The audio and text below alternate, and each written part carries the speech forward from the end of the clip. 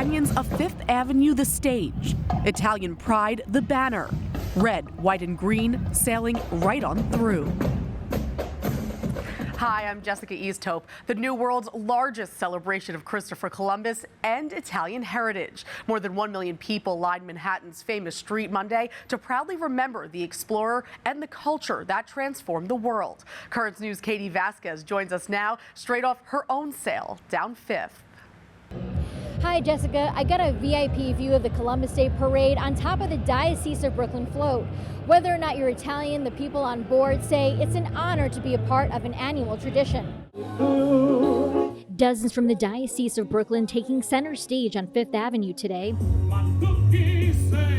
offering culture to the crowds, waving Italian flags in honor of Columbus Day.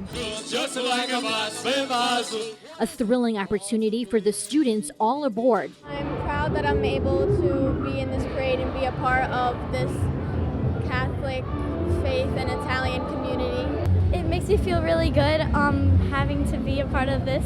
The explorer, not the only Italian honored. A statue of Mother Frances Cabrini, a religious sister who cared for immigrants in New York City, also made her way down Fifth. It's an opportunity for us to all come together, regardless if you're Italian or regardless of your background, just to come together in faith and just to walk throughout this parade. It's just such an amazing experience.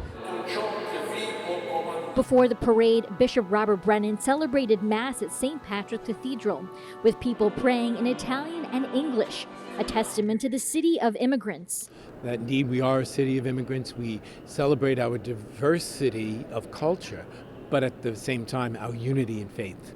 The parade isn't all fun. It helps put children through school. So far, $36 million has been awarded to young scholars who need it. In Midtown Manhattan, Katie Vasquez, Currents News. Columbus Day doesn't come without controversy. More than 100 cities across the country have adopted Indigenous Peoples Day instead, believing the explorer brought genocide to the Americas. Many Italians disagree. One organization, the Italian American One Voice Coalition, works to protect Columbus's reputation. They put together a list of points ahead of the holiday, saying that Columbus never visited what is currently the United States. He didn't purposely bring disease. How diseases were spread wasn't understood until a century later.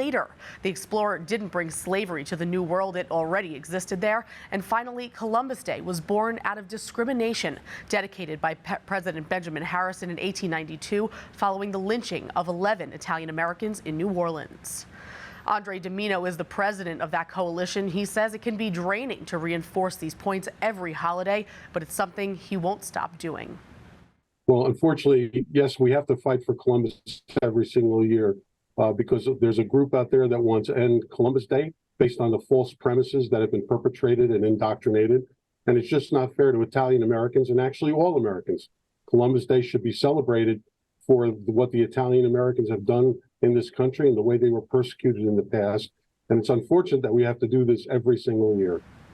Domino's group is currently in a legal battle over the removal of a Columbus statue in New Jersey. Over the past couple of years, countless statues of the explorer have been torn down across the country, many asking what could be next on the Columbus chopping block. But the famed statue standing tall in New York City isn't going anywhere. The Columbus Circle monument is protected under preservation laws on both the state and national levels.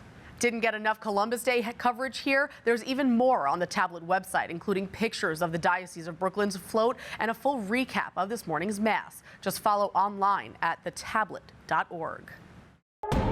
Also tonight, rockets across the sky, raising hell on the ground. We are at war, and we will win it. Israel and Gaza trading the biggest blows in decades, leaving the Pope and civilians pleading for peace. You have casualties just like we do. This is an opportunity to connect between the two nations. Right now on Currents News, terror in the Holy Land. Air raids haven't stopped, and neither has the death toll. More than 1,200 people have been killed across Israel and Gaza. The Pope is calling for a ceasefire, calling every war a defeat. Gli attacchi e le armi si fermino, per favore. Francis pleaded with both sides, saying that violence does not lead to resolution, only the death and suffering of so many innocent people. But at this moment, peace isn't on the minds of many. Israel has announced a total blockade of the already devastated Gaza Strip. That means no food, no water, and no electricity for the 2.3 million people who live there. Meanwhile, people in Israel are still searching for missing relatives who were at a music festival Saturday. More than 250 people were killed by Hamas, and some were taken captive. Andy Madison has the story.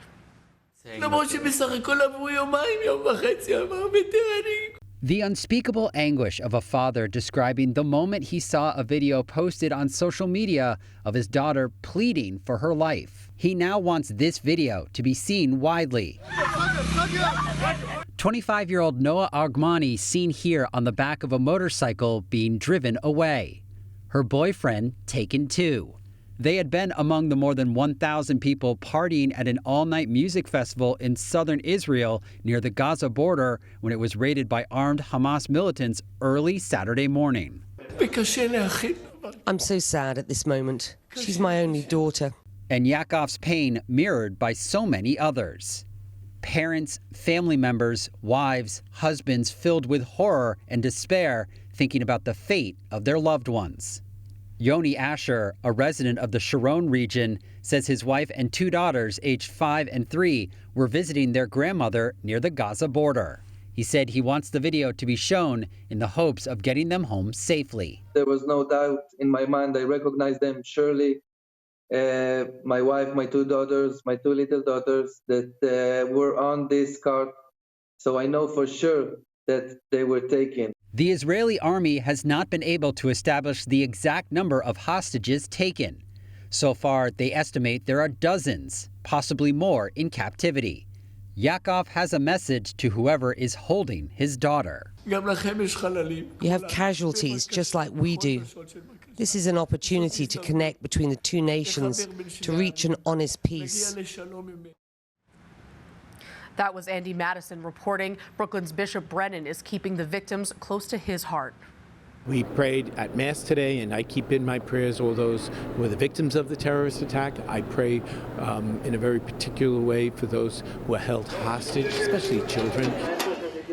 New York City has the largest Jewish community in the world. The bishop went on to say he's asking God to prevent any more bloodshed.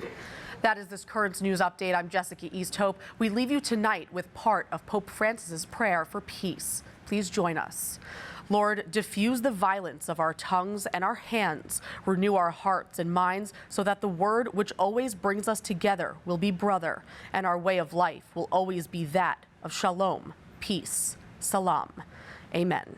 Thank you for joining us, because we are putting your faith in the news.